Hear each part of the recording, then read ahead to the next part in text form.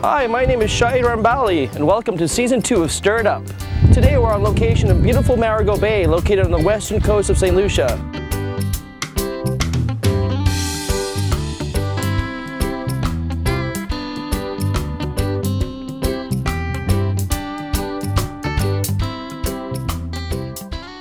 We're on location here in Marigot Bay. We're on the western coast of St. Lucia. This is actually one of the most protected hurricane holes in this part of the Caribbean. We have vessels all the way from Guadeloupe, Dominica, all the way from Grenada that in times of storm between the months of June till November will seek refuge here in Marigot Bay. Marigot Bay has a lot of historical significance. It was a scene of many naval battles between the French and the British. In fact, the British used to hide inside of the inner part of the bay here and wait till the French goes by and used to come out behind them. They actually used to put palm fronds and trees on their masts to disguise their ships as palm trees. Marigot Bay has a large expat community. In fact, a lot of the houses here in Marigot, if you were to put a flag on top of the houses here, this would be like the United Nations. Don't touch that dial, we'll be right back. Stir It Up is brought to you by RGB Hotel Supplies, agents for Island Oasis, and Chateau Margaux.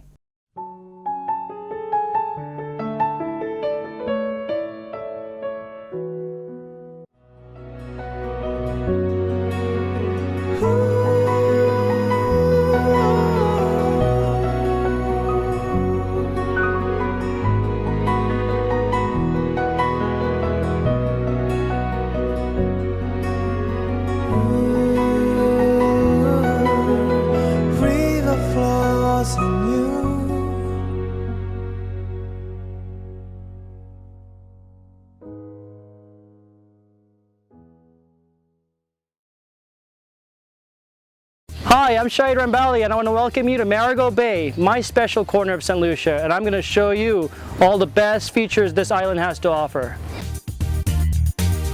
Chateau Margaux House of Seafood is a local third-generation restaurant located waterside of Marigot Bay.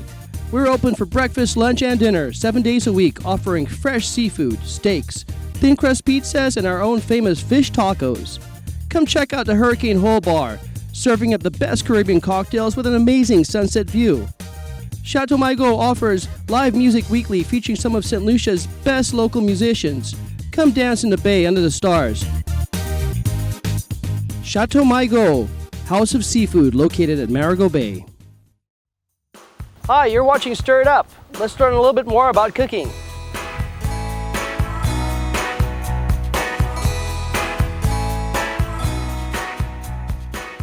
Today's Stir It Up will take you on an adventure with quick cuisine whilst yachting.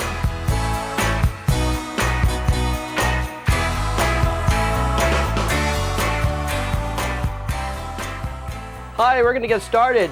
My special guest today is Ryan Hines. He's visiting us from Fort Lauderdale, Florida, and he's a junior chef at the Floridian Restaurant on Los Olios Boulevard. So he's going to show us one or two of his tricks there in the restaurant. Ryan? How you doing there? Nice to see you. Well, Ryan, welcome to St. Lucia and welcome to Marigot Bay. Thank you for having me. So we're going to get started here, and I would like you to tell us a little bit. We're going to be actually preparing conch. Conch is one of our local delicacies here in St. Lucia. So Ryan, can you tell me a little bit more about the conch and where we can find the conch? Where is it native to? Conch is native to the Florida Keys, the Bahamas, Bermuda, and the Caribbean. Okay, Ryan, so what we've done so far is we've actually cleaned and prepared the conch. And this is a shell that the conch comes in. This shell varies in all different sizes. Typically, this is a very decorative shell. It's used in the tourism industry, both as the whole entire shell, and they also break it into pieces, make little various ornaments out of it. When you actually have the conch, typically what you do is you break the very top of the conch shell on this side right here, and you make a hole, and you actually use a knife to release the muscle of the conch. Once you've released the muscle, then you can actually pull it out. And the conch is actually just a large variety of sea snail. And once you pull this muscle out, the conch just comes out completely and you have the shell pretty much intact. Now, the conch, when it comes out, it doesn't come out as pretty and clean as this. There's a little bit of work that's involved in getting it to look like this. The first thing that we do is we actually clean it. And one of my tricks for cleaning the conch, it has a little bit of some sort of like I guess we could call like a slime on it. What's really good for using for cleaning it, we use a papaya leaf, The papaya leaf with lime and vinegar, and then we have a solution that we put in with a little bit of salt. The papaya leaf tends to help take the slime off, and it cleans it quite quickly. Once we've cleaned it in the lime, papaya leaf, and vinegar solution, then we just pressure cook it with a little bit of seasonings and herbs for approximately 20 minutes or so until now you want to achieve some sort of flexibility, but you don't want it too soft. You want a little bit of elasticity in the conch itself. And then once you have it, pretty much all parts of the conch is edible. And certain parts are harder than others, but I trim out the more delicate parts, try to keep the center part of it. Now today we're going to be preparing a conch fricassee. And one of my tricks, Ryan, is I like to use a lot of local herbs and spices. And I noticed that last week when I was at your restaurant, you guys were using quite a few local herbs and very similar herbs that we find in Florida. We find them here also in St. Lucia. But however, we do have one herb that's very particular here that we use quite a bit. It's sort of a local thyme. It's called godite in our Creole language. And this is actually one of my tricks here when I use this in a lot of seafood. And we're going to be using the godite, a little bit of parsley, and then another herb that we have that's native here to St. Lucia. This is called the shadow benny. This actually has a very similar flavor and taste to coriander and cilantro. So in the times, because cilantro is a very delicate plant to grow here in the Caribbean, it's not readily available throughout the year. So I will actually use this shadow benny, which grows kind of like sort of like a weed. You find this pretty much everywhere. And this, if you chop it fine enough, it has a similar taste to the cilantro, so you're able to use this in a lot of the seafood as well. And we're actually going to be using a little bit of fresh basil as well. This is from our garden here. And the basil, we put it at the very end to give it a little bit of a nice pungent flavor. So we're actually going to get started, Ryan, and we're going to start preparing everything.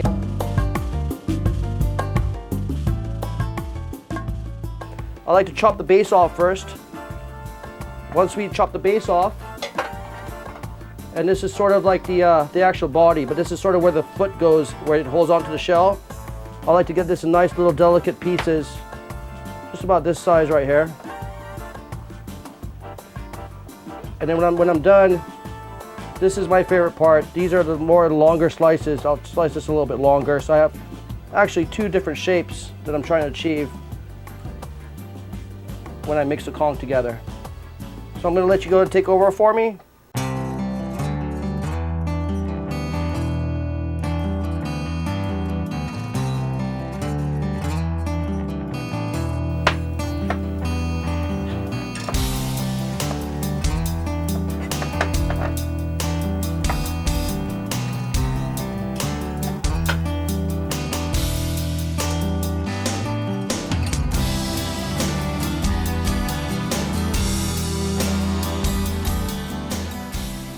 What I'm trying to do is I'm actually trying to get all the herbs to a fine consistency, and I'm actually going to start cooking the shrimp and the peppers and the onions first, and I'm going to add the herbs last. I don't want to overcook the herbs because if you cook them too much, then you lose a lot of their property and flavor and a little bit of their freshness.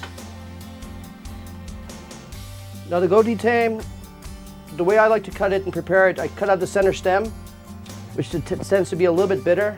So I take this part off, and I actually use the side parts of the leaves here. And this is, like I said, it's more like a cross between a thyme and oregano. It has a very particular flavor, and it's very good in marinades. You actually can make a tea out of it. But I like to just use it for the conch.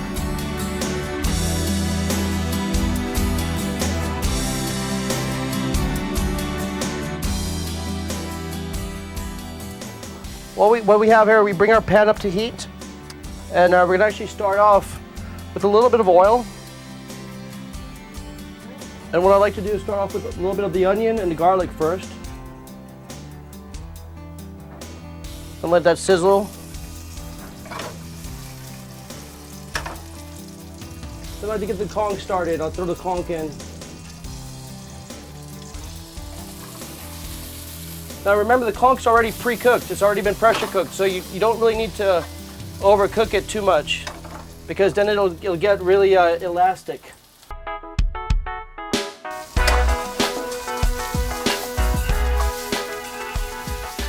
As it starts to settle, you can see it's already starting to get a little bit of color to it. I'll add my herbs now.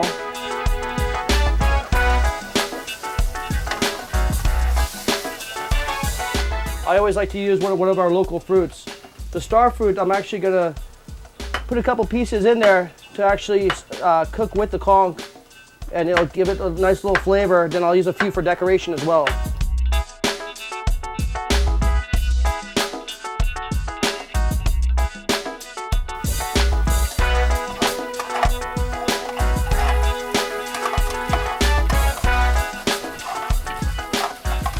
How's it looking there, Ryan? Looking good. You can smell it. It smells excellent. I like to put a little pinch of fresh nutmeg, a little touch of garam masala, and a little cayenne pepper here. Okay, excellent.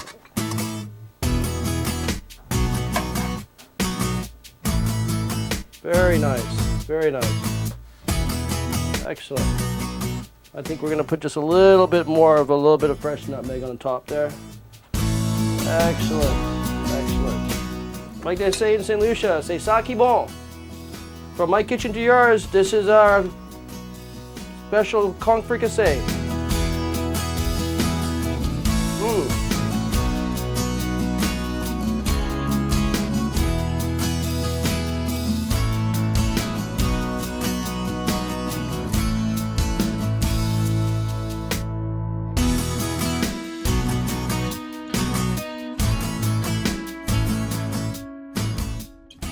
So this is a very good recipe for when you're traveling on a boat. My cooking career started on boats. At age 15, I was a commercial fisherman.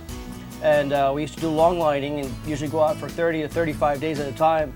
And I tried all the different positions on the fishing boat. You know, I was the baiter, I was in charge of the freezer, in charge of bringing the lines in. And the job that interested me the most was actually the cooking position on the boat, because I didn't have to take as much of the dangerous work as the other guys. And everyone loved me, and I was real popular on the boat as long as I gave everyone their choice cut of whatever they wanted. And one thing I found about cooking on a boat, you have limited space and facilities, so it's really important to pre-plan your menu as much as you can. And I find having your menu based on a lot of seafood, you could get a lot of things locally from the ocean, because you're on the ocean already, and the ocean's like your supermarket. So that's one thing I try to do, is I try to use as much ingredients as I can find whilst I'm actually on the ocean. So a lot of times that range from things like conch, from lobster. We have a local shell fish that grows here called buigo. I do that in the garlic white wine sauce. It's also very excellent. We try to do as much fishing as possible. We have a lot of mahi-mahi, kingfish, red snapper, and also yellowfin tuna. So a lot of the things that I can actually acquire on the ocean whilst I'm already on the ocean, I try to use, and I try to use it fresh.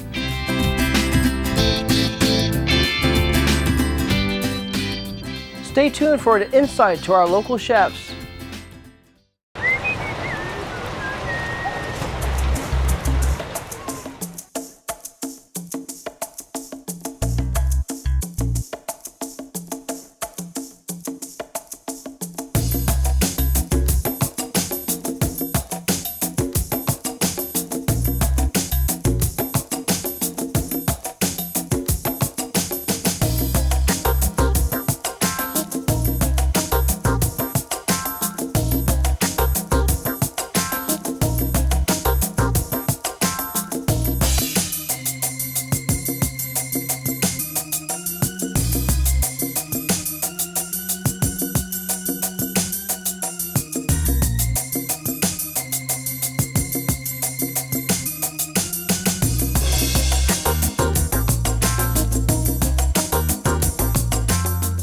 Hornsby, the preferred cider.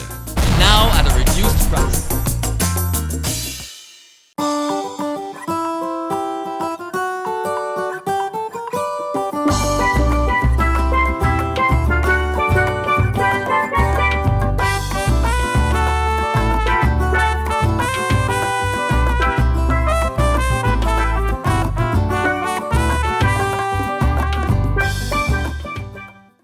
You got beautiful people, you got beautiful beaches, you got beautiful cultures. What more can you ask for? You get to see an island, you get to see the people, you get to have fun with people that you may not have met ever in life. But guess what?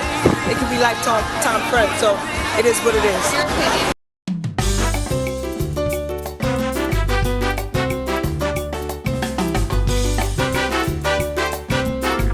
Welcome back. Now check this out. Today we're here with Chef Edward Harris Jr. How are you? Very good, thank you. How are you? I'm great. And for those who don't know, Edward Harris Jr. is actually the winner of Chopped. It's a Food Network television show, and we're here with a star among stars. Thank you so much. How does it feel to be a winner of Chopped coming from a small island like St. Lucia? It's pretty awesome. Being on Chopped was something that I didn't expect, and once it happened, it was just really overwhelming, and I'm just really appreciating the love that I'm getting from St. Lucia from being on Chopped, so it's awesome. Wonderful. And how did you get into cooking and your culinary arts?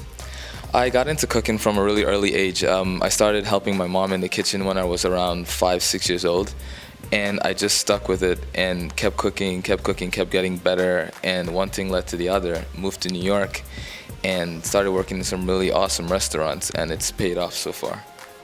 So what's your educational background in culinary arts? I went to the Art Institute in New York for about 2 years and got an associate's degree, and then also I trained with a master dim sum chef for about 3 years. Currently, I am a consulting chef, so my company, which is Chef Life Consulting, have two sides to it.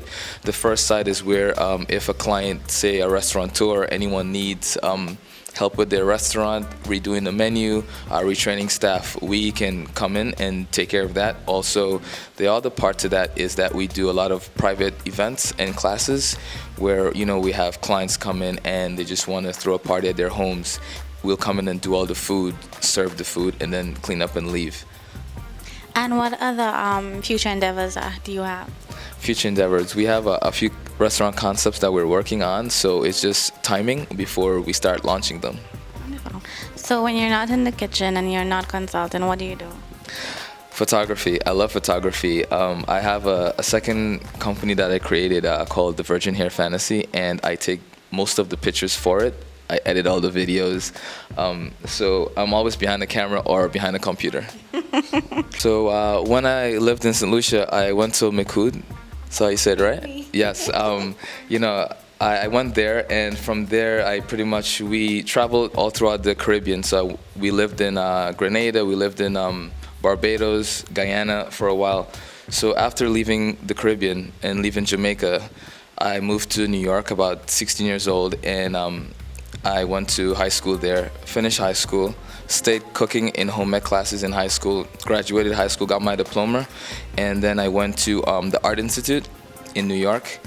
Graduating from there in 2001, instead of waiting for the school to find me a job, I just went out on my own, found different jobs that I like. If I didn't like it or I got bored really easily, which I did, I would just leave and quit, and I'm not saying that you should. But if you don't like it and you're not learning, then by all means, find something that does interest you and you want to learn a little bit more with. So just working in New York, it was kind of tough because, people don't expect you to be good at what you do when they look at you at first. So I had a lot to prove to everyone and myself. I like that you said island kid. What was your favorite thing to do in St. Lucia when you were here? Favorite thing to do would couple of things. One was to go out at night late to catch the crabs. I love doing that. And then another thing would be to just go to the beach. I loved when we were in school and we would get to roast like breadfruit on the beach. That was awesome for me. For all you youngsters out there, now I'm young myself too. But one thing I would say is just to never give up. And if culinary is what you love to do, no matter how many times you might fail, just keep at it, because in life you will make wrong decisions and you will fail at certain things. That's the only way you'll know you've tried, and you'll get better. So definitely don't let one bad experience ruin your love for food. It's just something that's always evolving, and you can never be the best. You can be one of the best, and just continue to always do the best you can, because you can never know everything, but you can always try to know as much as possible. Stay tuned for more Stirred Up.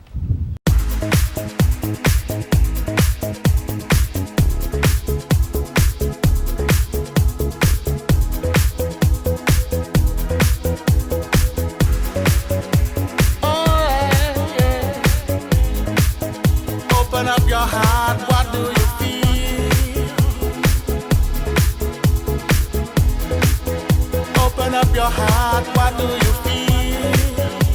Is real. Yeah. The Big Bang may be a million years away. Oh.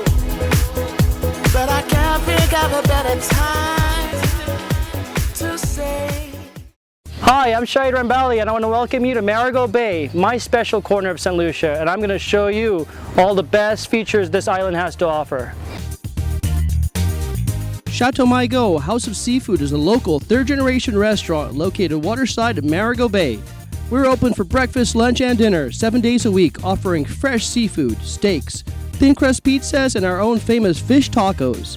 Come check out the Hurricane Hole Bar, serving up the best Caribbean cocktails with an amazing sunset view. Chateau Marigot offers live music weekly featuring some of St. Lucia's best local musicians. Come dance in the bay under the stars. Chateau Marigot, House of Seafood, located at Marigot Bay. Welcome back.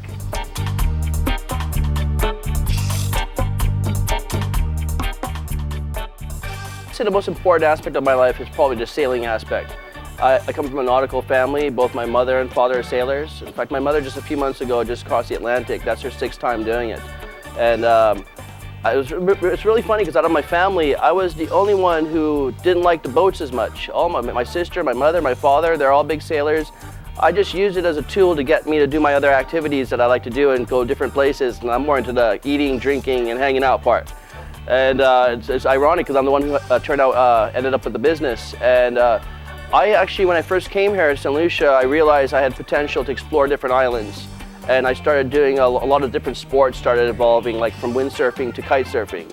And I was one of the first guys to have a kite surf setup down here. I used to do it in Puerto Rico and I brought it here and there was absolutely no one doing it. I remember being in Vieux Fort and Sandy Beach, just getting launched through the sand dunes, and it was a real large, hard learning curve. And I started thinking that, you know, these other islands like St. Vincent and the Grenadines, Martinique, you know, Guadeloupe, Dominica, Grenada, all these islands, I wanted to explore these islands. So I started getting into racing down here, and I joined the St. Lucia Yacht Club, and I purchased a small little 21-foot race boat. And it was owned by a very famous skipper down here. I used to work with the moorings, and he passed away. And I ended up getting the boat from the family, refurbished it. I painted it pink, blue, and yellow, and all different logos for my restaurant. And then I realized I needed crew. And here in St. Lucia, it was very difficult because a lot of St. Lucians, they're very good on the speedboat aspect and driving a speedboat, but sailing's a very different sport, discipline, and you have to sort of grow up with that. And it was very difficult to recruit crew. And the first thing I started doing was I was looking at the guys who was working for me, and one of the first guys to start sailing with me was my pizza guy. And you know, he's really strong, but he couldn't swim, you know, and that was a big problem. So I got him a life jacket, and I noticed he could steer the boat, and he made a pretty good helmsman. And then the other guy was my gardener. He's a big, heavy-set guy, good for when it's really windy. And I created I would say my motley crew, and then I got those guys swimming, you know. I started to get swimming lessons with those guys, start to teach them a little bit about, you know, just principles of sailing. And then all of a sudden, within a year, I had a really top-notch team. And, you know, we didn't win all the time, but we didn't lose all the time either. Oh, we had a lot of fun, and we've traveled to all the different islands, racing and sailing. And I found there was a time that I wanted a larger boat, and I discussed it with my family, and I come from an Indian family, so things like pleasure and leisure and recreation, that's not really big on the list, you know. Like, hey, you gotta go open a shop, you know, what kind of shop are you gonna open? I'm not gonna open a shop, you know. This tourism thing's kind of cool, you know. I'm into, like, you know, sunshine, pina coladas, and boats. Yeah, I don't understand, what's the shop part? So I finally discussed it with my family and told them I'm thinking about buying a sailboat, and I'm gonna try to do sailing tours, and they all looked at me as if I was crazy and go, like, this is what you're gonna come all the way here to do? And I'm like, well, you know, I have a dream and I'm gonna make it happen. And I took all my savings and I went all around the Caribbean looking for a yacht, and I ended up buying a 40-foot Jeanneau Sun Odyssey. And I bought it, and I remember when I bought it, the first thing I'm like, wow, how am I gonna pay for it? And I just started my business, and I started off doing kite surfing and surfing charters.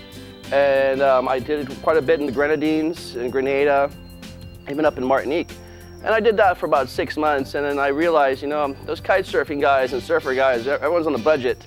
Yeah. So eventually I started looking at the honeymoon and wedding program, and that was a business that I tailored, sort of concentrated on. And I really started thinking about, you know, there's small families here, even couples that wants a private, romantic, intimate experience. And it's something like I thought I could really provide, because I myself, I've seen it in different places.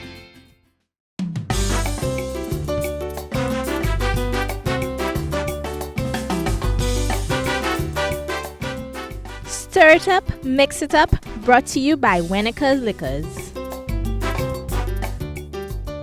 Well, welcome back, guys. This is my favorite part of the show. This is the mix it up part, and I think it's almost happy hour time. We might be a few hours off, but it's close enough. So today I'm going to show you guys how to make some refreshing, nice cocktails using my favorite brand of liqueur supplied by RJB Hotel Supplies called Winneker. It comes in various flavors. We have everything from watermelon to kiwi to strawberry to mango to amaretto. Today I'm going to take you on a little lesson here on how to mix a couple of our signature cocktails here at the Hurricane Hole Bar. Our first cocktail we're going to be making is a Coco Loco. That's the one that incorporates coconut rum, a little bit of pineapple juice, and my favorite ingredient, lime. And the other one's going to be our version of a Tropical Lich, which is something I actually learned in some of the different islands like Barbados and Antigua, where they're very popular. So we're going to get started, and I know you guys like it a little bit extra strong, so I'll try to make it as close to that as possible. So we're going to start off with a little bit of ice. Okay, we're going to start off with a little bit of the coconut liqueur. That's actually going to be the base for our drinks.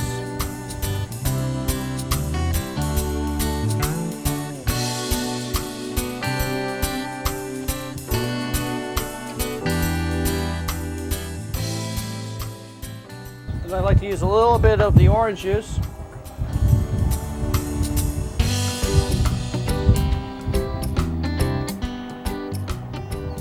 Top it off with just a little bit of pineapple juice.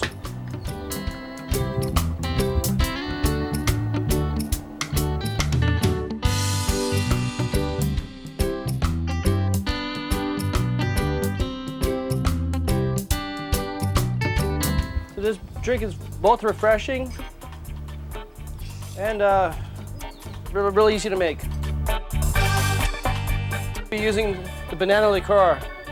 This here is a version of a Tropical Lich. I first drank one of these in Barbados. We're gonna put a little bit of banana liqueur in each one. A little bit of pineapple juice.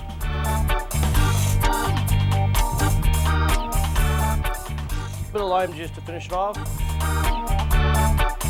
I like to give it a little splash of amaretto.